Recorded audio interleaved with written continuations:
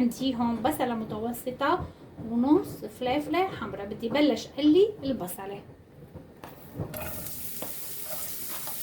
ملح، فلفل اسود، بدي نزل الفلفلة الحمراء. عندي هون لحمة مفرومة، بدي نزل بهارات اللحمة، وهيك الحشوة بتكون صارت جاهزة عندي.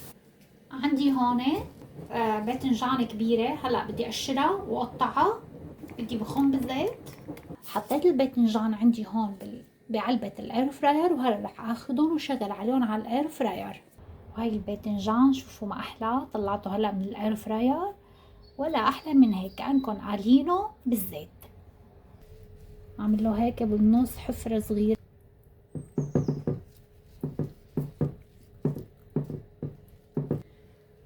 بدي احشيها باللحمة. معلقة كبيرة دبس بندورة، معلقة صغيرة دبس فليفلة، معلقة بابريكا، معلقة صغيرة ماجي، مي تقريبا شي نص كاسة. بدي اخلطهم. بدي انزل التشريبة اللي عندي.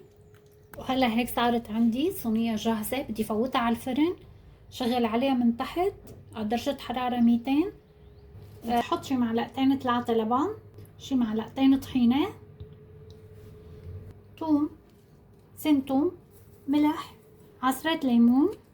بدي اخلطهم مع بعضهم. وهي الصوص صار جاهز. هي الصينية طلعتها هلا من الفرن. وهي الباذنجان صار جاهز عندي بهالشكل هذا. قدمتها بهالشكل هذا مع الرز.